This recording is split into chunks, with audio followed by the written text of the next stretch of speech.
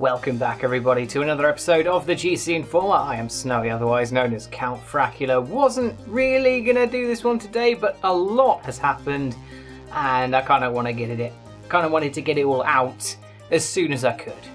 We'll start with the most important story on the list. Sony have finally given in to the pressure and negative PR and enabled crossplay, at least for a start, in Fortnite.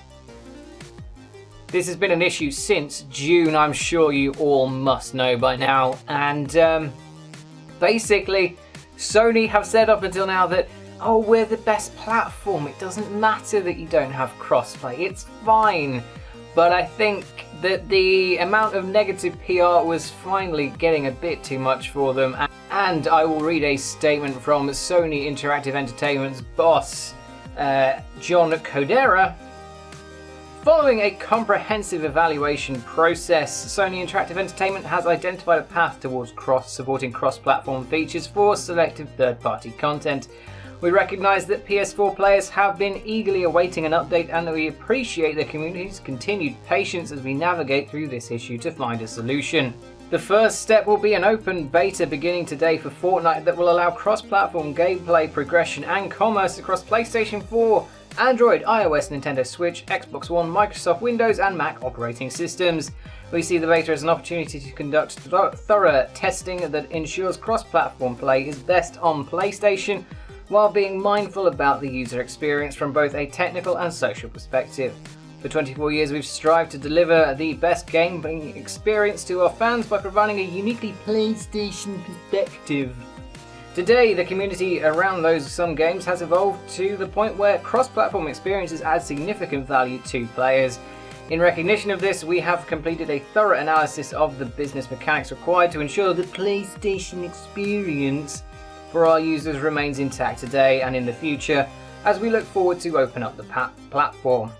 This represents a major policy change for Sony Interactive Entertainment, and we are now in the planning process across the organisation to support this change. We will update the community once we have more details to share, including specifics regarding the beta timeframe and what this means for other titles going forward.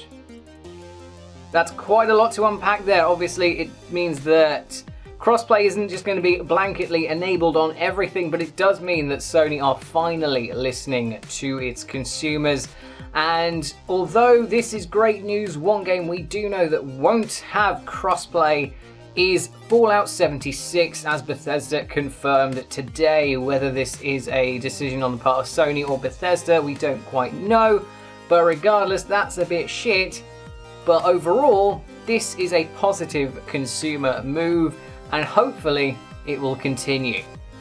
Along the same lines though, companies that have taken a thing that is really negative, listened to the PR eventually and relented.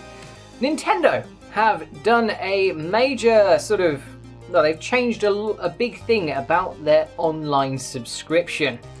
A lot of people were turned off by the fact that if your subscription lapses, your cloud saves will be immediately deleted and not stored at all until you renew your subscription. So, yeah, not the best idea. However, they have now changed this policy to fall more in line with what Sony does, and if your subscription lapses, then your cloud saves will be stored for around 6 months before deletion, as opposed to just being blanketly deleted immediately, which is a bit dumb. The thing is, Nintendo have a bit of form in this area anyway, because there is a small little service called Pokemon Bank for the Pokemon games on the 3DS. It basically acts as a big fuck-off storage box where you can store a few thousand Pokemon on there, and it costs $5 for a year's subscription. And as I found out, if you miss your subscription renewal date, and by a couple of weeks at least, that's how much I missed it by, if not slightly more, and then buy another pass, your Pokemon haven't been deleted in the meantime. So we know that Nintendo know how to do this, and they've finally listened that it's probably the best thing to do for the Switch. I'm going to bring in one negative story to this. I've got one negative, but I'm going to finish on a positive note. But anyway, there is a game called Stage9. It is a Star Trek based fan game, and what it basically is an interactive tour of the Enterprise D primarily, and it's gorgeous. It's really great. If, like me, you're a massive Star Trek fan, and even if you're just a casual fan and you only watch Next Generation, you should know how amazing that idea is. They've really done an amazing job of creating every location on the Enterprise D within this little simulation, and it even has VR support now, and it also has support where you can go to the shuttle bay, get in a shuttle, and fly around the Enterprise D, like on the outside. It's gorgeous and amazing, and unfortunately CBS have stepped in and issued a cease and desist, because of course they have. Instead of doing, the obvious thing, and like I said yesterday with the Spyro fan game, just, hiring them and making it an official thing that'd be really cool, that people would love to have a bit more money behind. No, they just slapped a cease and desist on. Great. I do suspect, though, that this is in response to the fact that Star Trek Bridge Crew came out last year, which is a VR Star Trek game. It's not quite the same as Stage9. They're going for very different things. Bridge Crew is going for very much commanding and operating the ship, whereas this is more of an interactive tour. So it's not quite the same thing, but I feel like that's probably where they're coming from, really.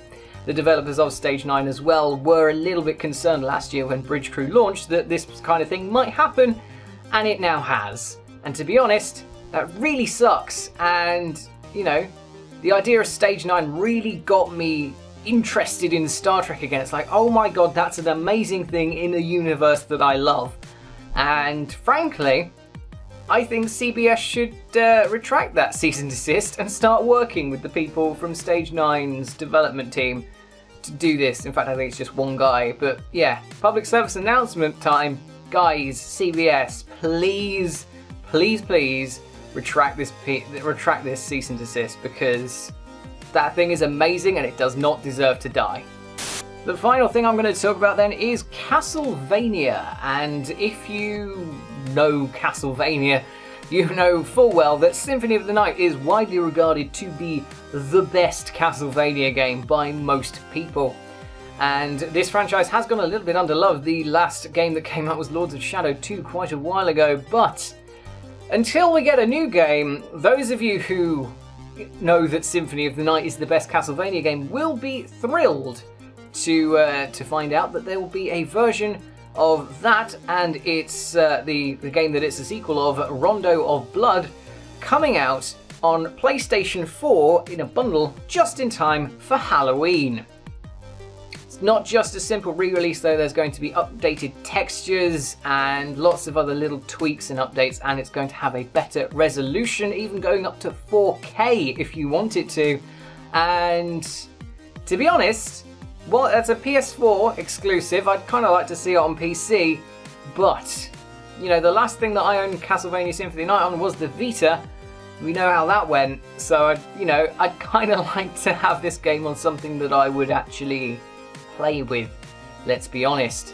So yeah, the idea of having, Castlevania Symphony of the Night on a sensible resolution really appeals to me, and I really hope I get to see it.